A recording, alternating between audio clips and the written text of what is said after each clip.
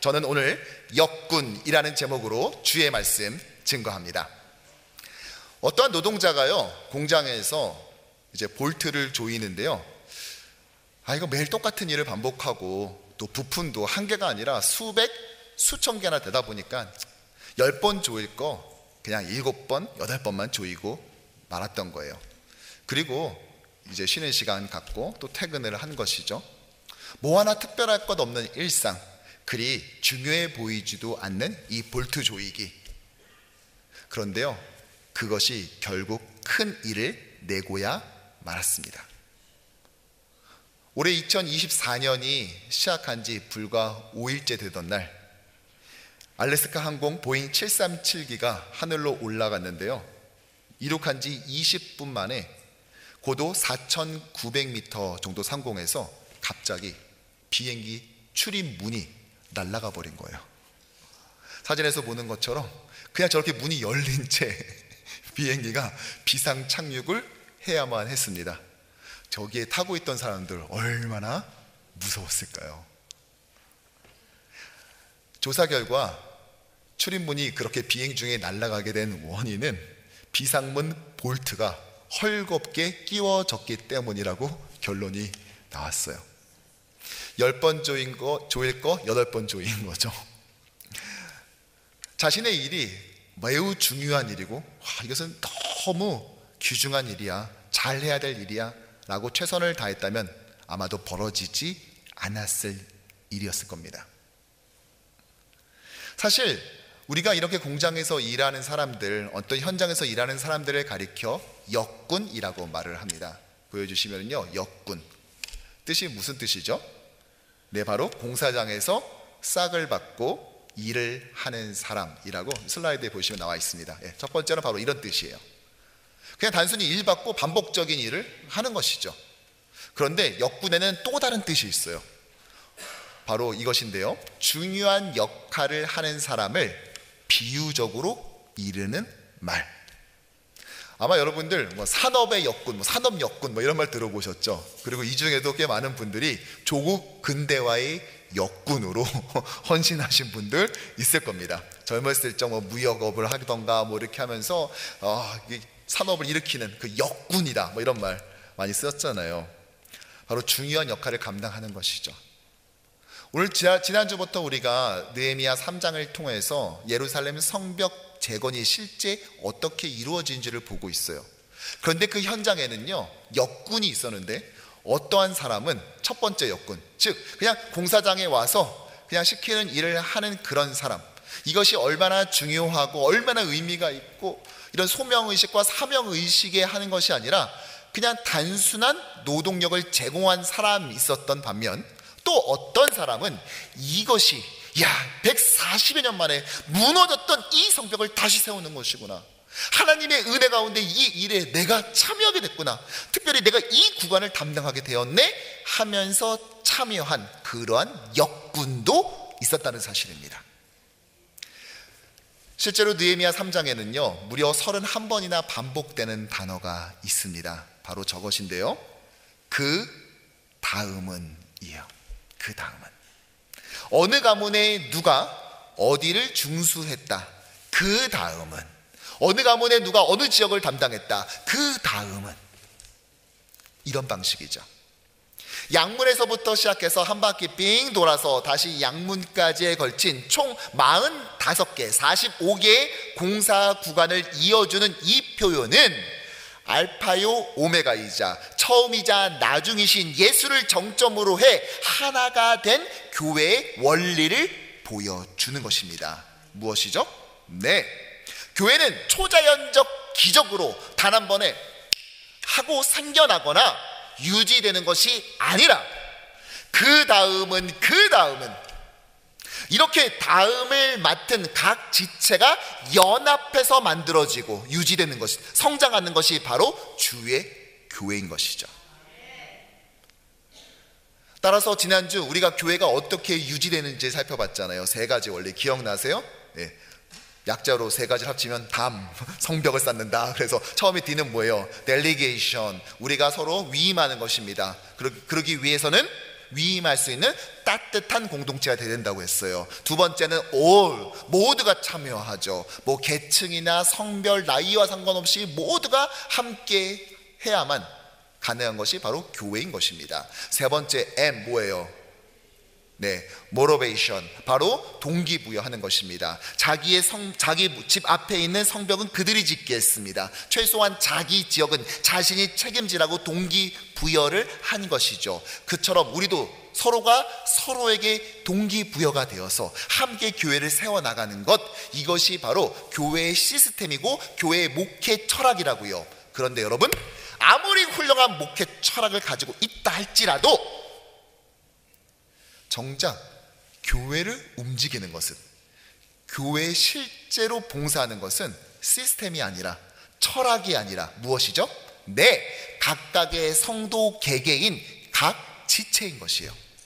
그래서 오늘은, 지난주에는 교회가 어떤 목회 철학, 어떠한 운영의 원리를 가져야 됐냐를 살펴봤다면, 오늘은 그것을 실제로 작동시키고 움직일 각 성도들이 어떠한 역군으로서 일해야 될지를 살펴보고자 합니다.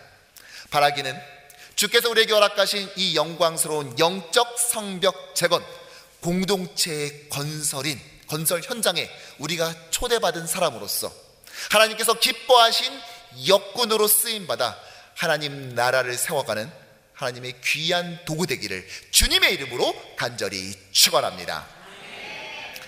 하나님 나라를 세워나갈, 하나님 나라의 영적 성벽 재건을 이룰 그 역군의 첫 번째 그런 덕목은 바로 이것입니다. 더 맞는 사람, 더 맞는 사람이 필요하다는 것이에요. 3장의 명단을 보면 이름이 2번씩 등장하는 사람이 있어요. 예를 들어서 무레못, 무슬람, 하나냐 같은 사람이죠. 왜일까요? 이들은 서쪽 구간을 담당하고 난 다음에 동쪽에서 하나 더 구역을 맡은 거예요. 무레목 같은 경우에는요, 북쪽 어문구역, 그러니까 11시 방향을 하나를 맡았는데 뿐만 아니라 5시 방향에도 하나를 더 맡은 것이죠.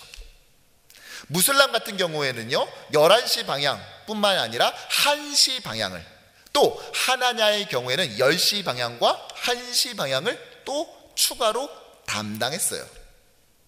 하나 맡는 것도 쉬운 게 아닌데 이렇게 남들보다 더 맡은 것입니다. 반면 이와 대비되는 사람들도 있지요. 바로 드고와의 귀족들이었는데요. 5절의 말씀 함께 읽지요. 그 다음은 드고와 사람들이 중수하였으나 그 귀족들은 그들의 주인들의 공사를 분담하지 아니하였으며. 아멘. 이 말씀이 무슨 뜻이죠?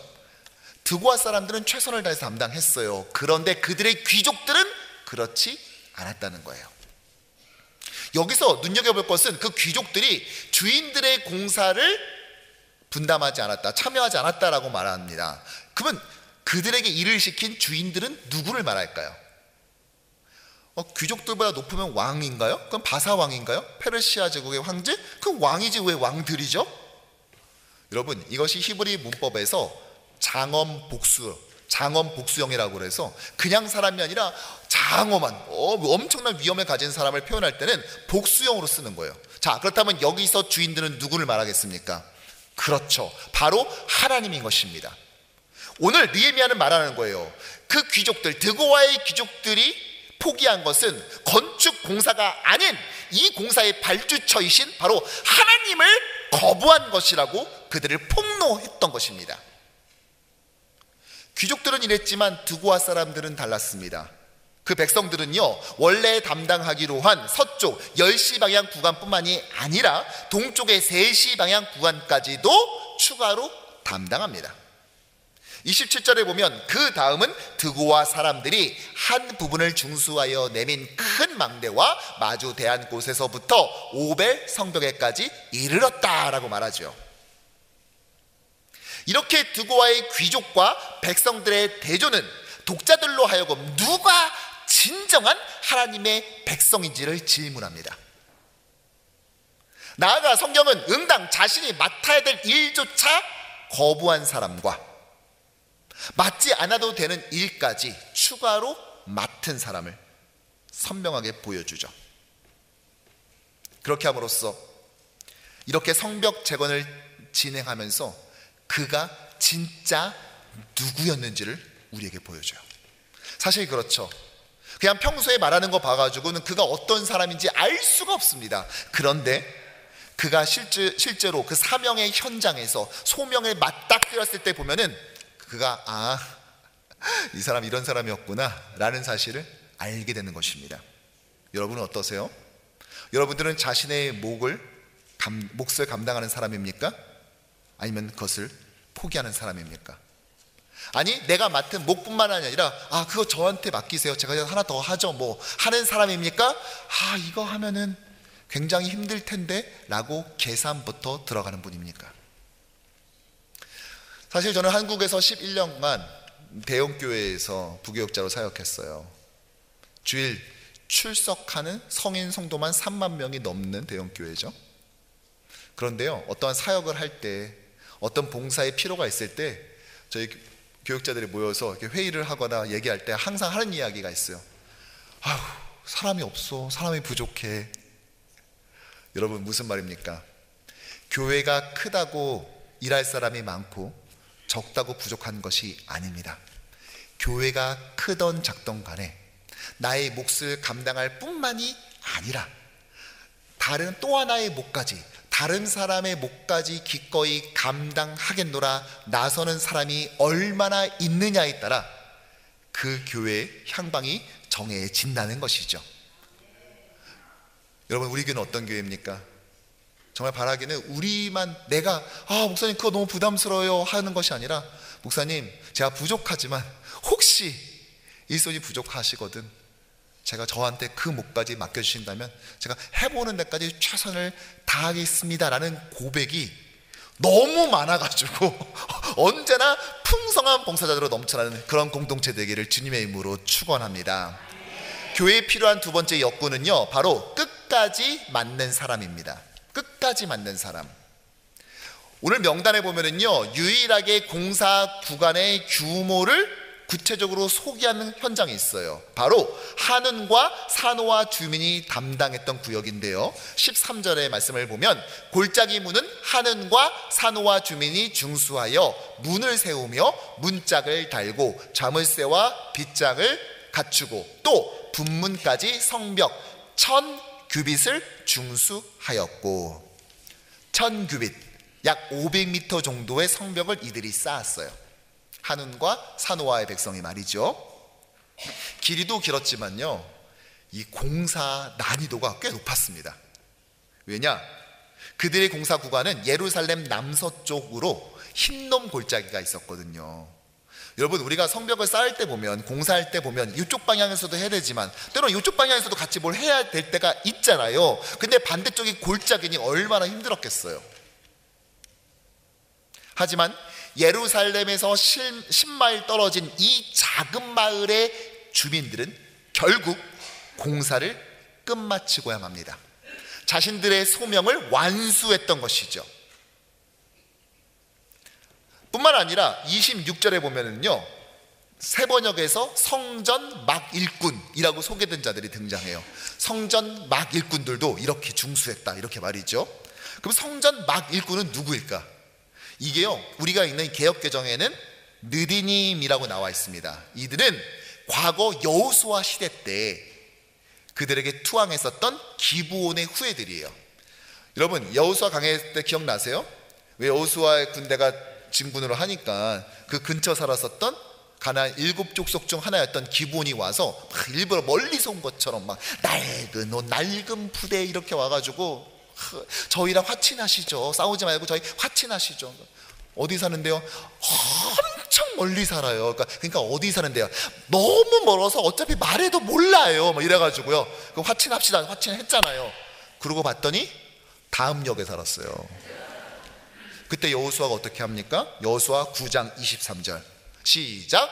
너희가 대를 이어 종이 되어 다 내 하나님의 집을 위하여 나무를 패며 물을 깃는 자가 되리라 하고 언약을 맺었어요. 여호와의 집 성막 성전에서 물 길고 나무 패는 이런 일들을 하면서 봉사하되 너뿐만이 아니라 너희의 대를 이은 오고 오는 세대가 그래야 된다라고 언약을 맺었단 말이에요. 그런데 그들이 지금 계속해서 그 사명을 감당하고 있는 것입니다. 지금 수백 년 지났어요. 이 약속한 거는 옛날 할아버지 때 얘기지. 그 이후에 사사시대 들어오고 통일왕국 시대, 분열왕국 시대, 나라 망해서 끌려갔다가 다시 돌아왔는데 지금 언제적 얘기를 지금 저한테 하세요? 지금 고려시대 때 땅 문서 가지고 와서 이 땅 내 거라고 당장 비워달라고 말하는 것과 이게 뭐가 달라요? 그런데 그들은 이 사명을 감당했을 뿐만이 아니라 이 언약을 지켰을 뿐만이 아니라 언약 안에 내용에도 없는 성벽 재건에도 동참하는데 끝까지 그 사명을 완수했다는 것입니다. 여러분, 정작 유대인들, 아브라함의 후손이라 떵떵거리며 자랑했었던 유대인들은 정작 하나님을 배신했는데 이들은 이방 출신임에도 불구하고 끝까지 그 역할을 감당한 것이죠. 한운과 산호와의 주민들은요, 작은 마을에 그 힘든 사명을 끝까지 감당했고, 오늘 이 느디님 사람들, 기브온의 후예들은요, 오랜 시간이 지났음에도 불구하고 끝까지 맡은 일을 감당했다는 것입니다. 교회는요, 결국 이런 사람들이 필요해요. 끝까지 있는 사람들. 교회가 어떤 사역을 시작할 때는요, 처음에는 사람들이 다 몰립니다. 사람들이 막 주목해 주고요, 담임 목사도 거기에 관심을 갖는 것 같고요, 사람들이 막 몰려와요. 문제는 그거 다 끝나고 난 다음이에요. 정작 누군가는 남아서 정리를 해야 되는데 사람이 그 많던 사람들이 없어요. 그러니까 남아있는 사람들이 이 일을 감당해야 되는 것이죠. 따라서 여러분, 어떤 우리 교회의 목표, 예수님의 성품 담는 사람들, 예수님의 인격 담는 사람인지 아닌지 알 수 있는 방법이 무엇인 줄 아십니까? 그 사람의 말을 들으면 안 돼요. 말로는 다 할 것 같죠. 그 사람의 선택과 행동을 봐야 되는데 그 중 하나 꼭 보셔야 될 행동이 마지막에 남아있는가 아닌가, 마지막까지 그것을 감당하는가 아닌가를 보시면은, 아, 그분이 어느 정도의 예수의 성품을 닮아가고 있구나, 어떻게 노력하고 계시는지를 알 수 있다는 것입니다. 저는 우리 교회 모든 성도들이 사역을 시작할 때뿐만이 아니라 그 사역의 마지막 그 순간까지 충직하게 그 자리를 끝마치는 주의 역군 되기를 축원합니다. 마지막 세 번째로 교회에 필요한 역군, 이 영적 성벽 재건에 필요한 역군은 굳이 맞는 사람이에요. 굳이 맞는 사람. 오늘 명단 얼핏 봐도요, 성 안 사람보다 성 밖의 사람이 훨씬 더 많아요. 그렇죠?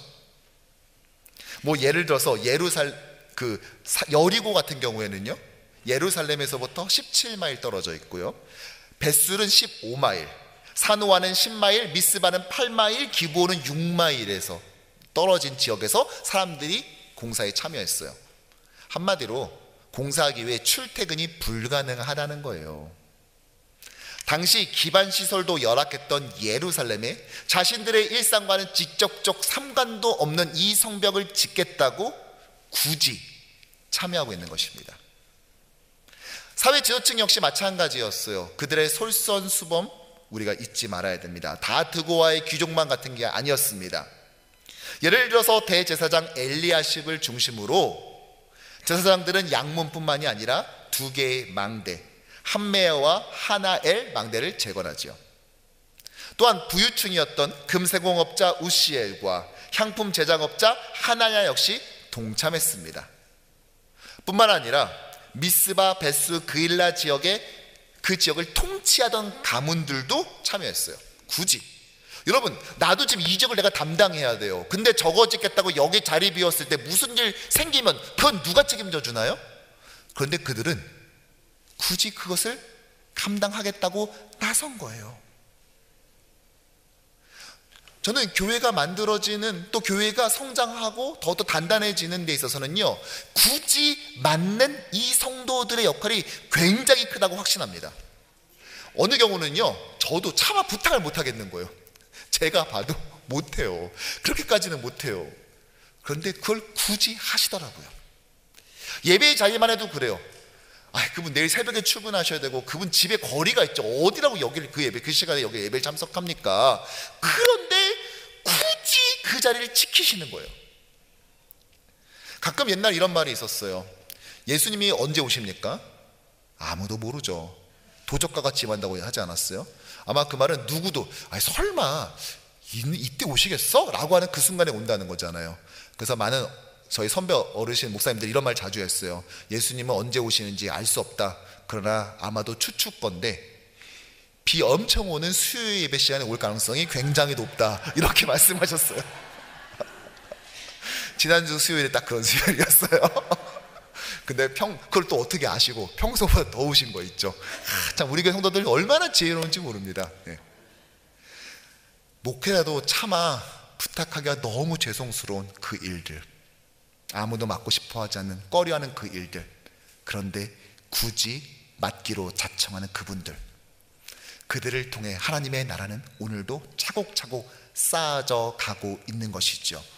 그런 면에서 저는 오늘 14절에 분문의 건축 현장을 우리가 주목할 필요가 있다고 확신합니다. 14절의 말씀 함께 읽지요. 분문은 베타게렘 지방을 다스리는 레갑의 아들 말기야가 중수하여 문을 세우며 문짝을 달고 자물쇠와 빗장을 갖추었고 아멘. 분문이라고 했죠. 여러분, 근데 그 분문을 말기야라는 사람이 문을 세우고 문짝을 달고 자물쇠와 빗장을 갖추고 그냥 알뜰살뜰 세웠단 말이에요. 그 분문. 근데 그 분문이 무슨 뜻일까요? 여기서 분은 무슨 말이에요? 무슨 뜻이에요? 분칠하다 할 때 그 분이에요? 막 꽃향기가 나고 막 이런 거예요? 저 분자, 저 분문 직역하면요 똥문이에요. 가축의 분뇨할 때 그 분자란 말이에요. 당시 예루살렘의 도시의 쓰레기를 배출할 때 바로 저 문을 통해서 나왔습니다. 여러분, 이것은요 사실 명예를 중시하는 고대 사회에서는요 불명예로 여겨질 수도 있는 일이에요. 사실 고대 사회에 얘기할 필요도 없어요. 지금도 마찬가지입니다. 제가 참 초등학교 다닐 때 가끔 어려움을 경험할 때가 있는데, 어느 때냐? 이름 때문이에요. 초등학교 때 왜 이렇게 유치하게 막 그 이름 가지고 막 놀릴 때 있잖아요. 저는 이름에 광자가 들어가니까 애들이 김광성 광파라 이랬어요. 그게 무슨 뜻인지도 모르는데 하여튼 애들이 광파라 그냥 광자가 들어간다는 이유가 유일한 근거야. 그래서 광파라 그 기분 좋겠어요? 그러니까 왜 광자가 들어가서. 근데 그때 저에게 깊은 위안이 되는 친구가 있었습니다.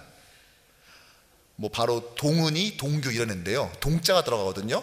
그럼 애들이 거기다 악센트를 강하게 줘가지고 똥은아, 똥규야 이러면서 막 하면서 쟤 똥이래 뭐 이러면 지금 생각하면 이게 뭔 소린지, 이게 맥락도 없고 말인지 막걸리인지 이런 말인데, 초등학교 때는 이름 하나 가지고 막 빌미 잡아서 막 놀리면 그거 너무 싫었거든요. 그래서 전 그 친구들 보면서 용기를 얻었어요. 그래도 똥보단 낫지 이러면서 말이죠. 그런데 진짜 똥문을 만들었으니 여러분 이거 어떡합니까? 저는 사실 저거 지은 말기야보다요 말기야 아들이 더 걱정되는 거 있죠. 하지만 레갑의 아들 말기야는 이것을 충직하게 감당했어요. 그는요 심지어 이 베타게렘 지역의 통치 가문이었습니다. 그럼 어떻게 할 수 있어요? 거부할 수 있죠. 바꿔다 심판 교체. 아니 일로 와봐. 문이 10개야. 응? 문 10개. 양문, 어문, 옛문 이런 문 좋잖아. 근데 왜 난 똥문이야? 나 지금 어느 집안 관리야. 우리 집안이 이 지역을 통치한다고. 우리 집안 지금 무시하는 거예요? 할 수 있지 않았겠어요? 그러나 그는 묵묵히 남들이 꺼려 할 수 있는 이 일을 수행했다는 것입니다. 굳이 그 일을 맡았다는 것이죠. 저는 사실 이 분문 이야기를 보면서 저희 엄마가 떠올랐어요.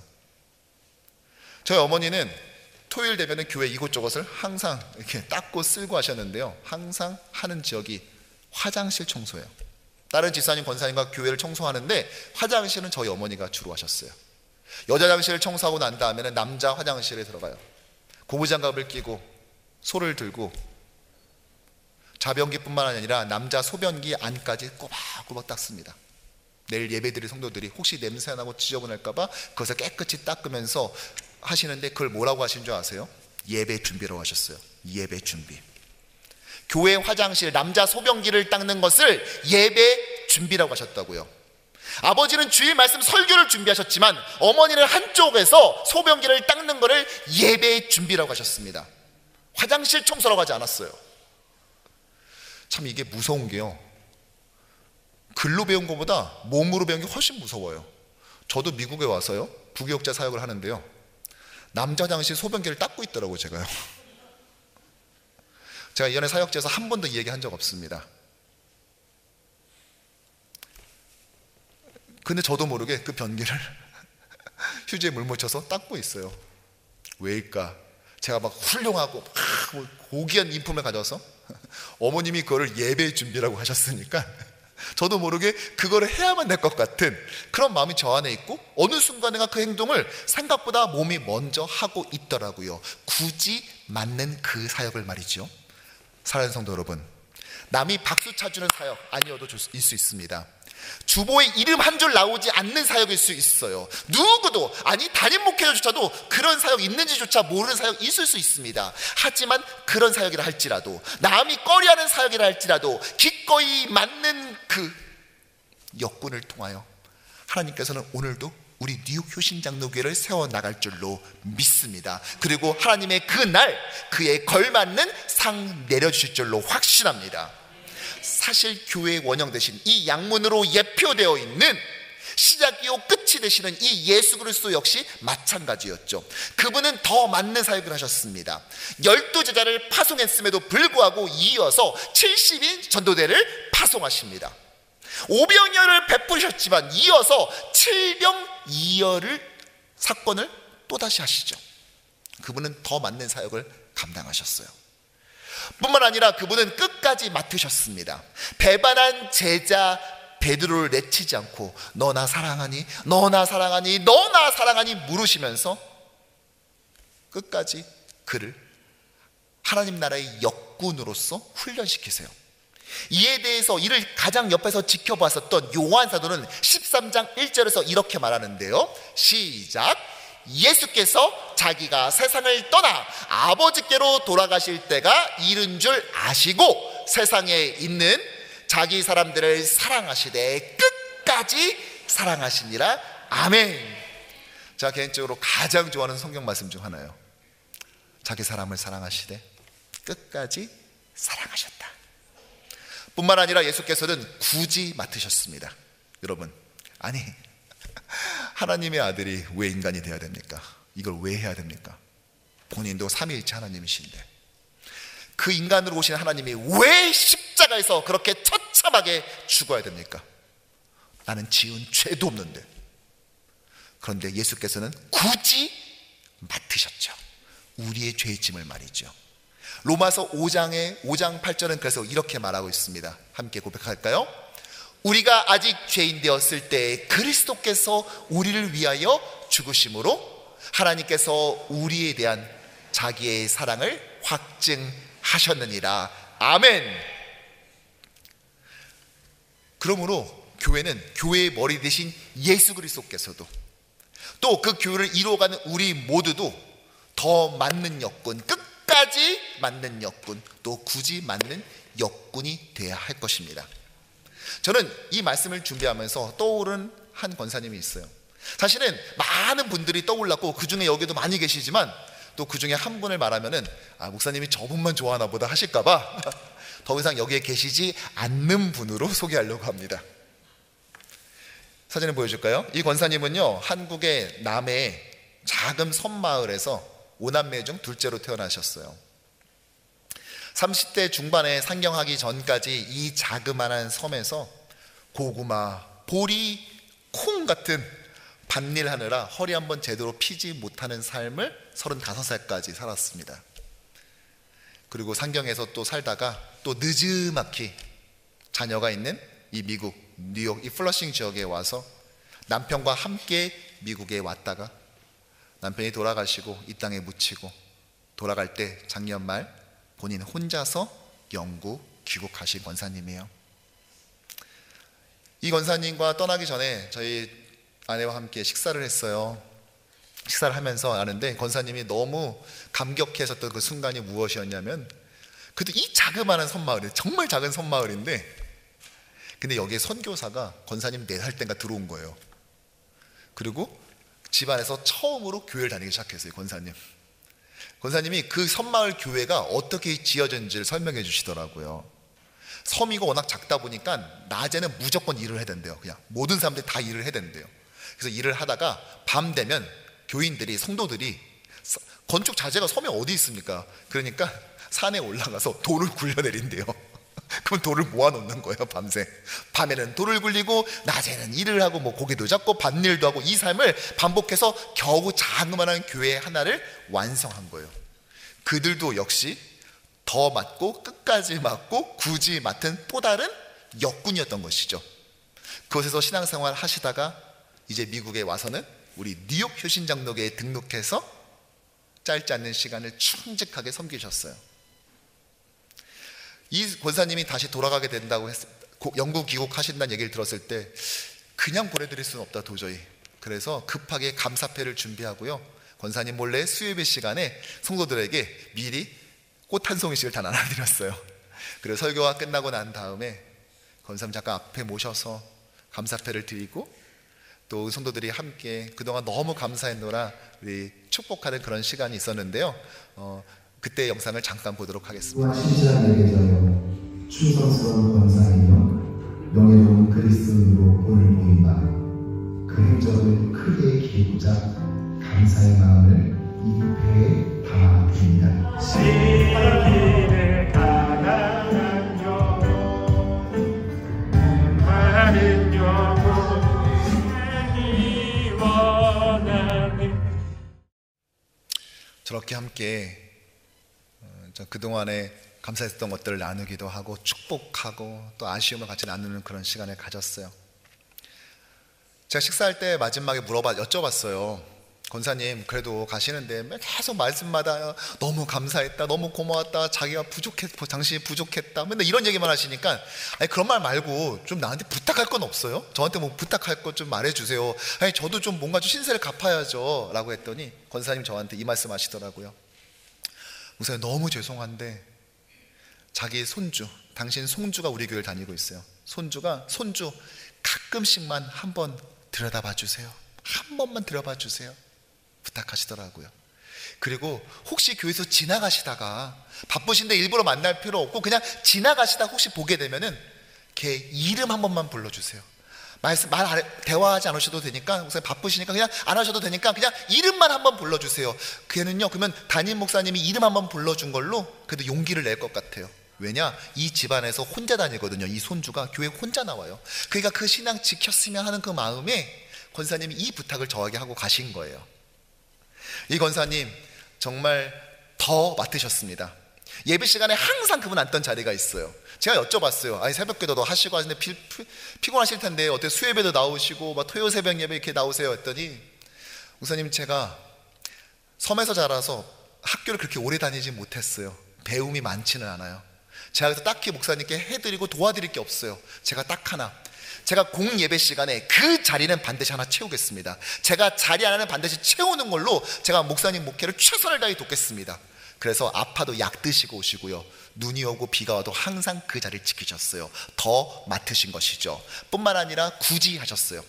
새벽 예배 끝나면은요 항상 교육관으로 이동하세요. 8시쯤에 뭐 하시나 봤더니 교육관 화장실 청소예요. 교육관 청소를 할 사람을 구하되, 근데 화장실 청소할 사람을 구하는 건 진짜 힘들어요. 근데 자청하셔서 그 일을 하세요.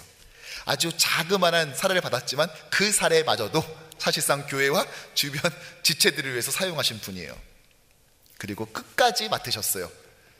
공식적으로 작지만 사례를 이제 드리다 보니까 이제 공식적으로 출국 한 3주 전인가에 은퇴를 하셨어요. 그만두셨어요, 일을. 그런데 그 권사님이 내가 오늘 이렇게 일을 그만두지만 출국하는 날까지 화장실 청소는 본인이 하겠다고 그랬어요. 그리고 화장실 청소를 마치시고 고국으로 돌아가셨습니다. 끝까지 맡으신 것이죠. 이 권사님을 이 말씀을 준비하는데 권사님이 계속 생각이 나는 거예요. 그리고 권사님 부탁했었던 그 말, 목사님 바쁘시지만 저희 손주 한 번만 들여다봐 주세요, 지나가다 우연히 만나면 이름만 한번 불러주세요 했었던 그 말이 저한테 너무 강하게 들리는 거예요. 이 상태로 설교를 할 수 없겠더라고요. 그래서 제가 이 손주분에게 전화했어요. 죄송한데 형제, 혹시 이번 주에 시간이 되면 저 좀 만날 수 있을까요? 그래서 지난 목요일 저녁 저희 집에 초대해서 함께 식사를 나누었습니다. 그리고 식사 끝나고 난 다음에 우리 이렇게 모인 김에 우리 할머니한테 한번 전화 한번 합시다 하고 전화를 드렸거든요. 그때 전화했었던 그 상황을 여러분께 함께 소개하고자 합니다. 바쁘신가 본데? 할머니 좀 그러신 것 같은데.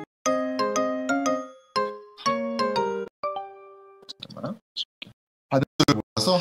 아니면은 창피해서? 우신다고 그러더라고. 네, 여보세요? 아이고, 전화가 이렇게 어떻게, 저기 갖고. 네. 네. 할머니 오세요. 아이고 네. 여보 일로 오세요. 네. 여보도. 연아. 아, 그래, 모두 잘 있어? 목사님 고마워요. 이런 투샷이 잡힐 줄 몰랐죠? 그러게 말이야. 아니 행복한 그래요. 투샷 아니에요? 좋아하는 손주와 얼마나- 목사님이 함께. 그럼요. 얼마나 행복하고, 얼마나 좋죠. 아이고. 연아, 네. 응? 신앙생활 잘하고, 목사님 말씀 잘 듣고, 네. 잘한 것보다도, 잘하고 못한 것보다도 예수님 꼭 붙잡아야지. 권사님이 그랬던 것처럼. 나는 아무것도 아니죠. 아이고. 그래요. 너무 감사해요. 네. 그러니까. 그래, 목사님, 사모님 건강하시고, 자, 그래요. 뭐, 하는 일 다 아시니까, 네네. 날마다 찬양하고, 찬송하고, 아멘 할게요. 하나님께 영광 박수 올려드립시다.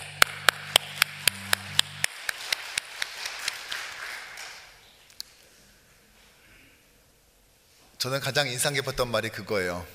잘하고 못하고가 중요한 것이 아니라 예수님 꼭 붙잡아야지.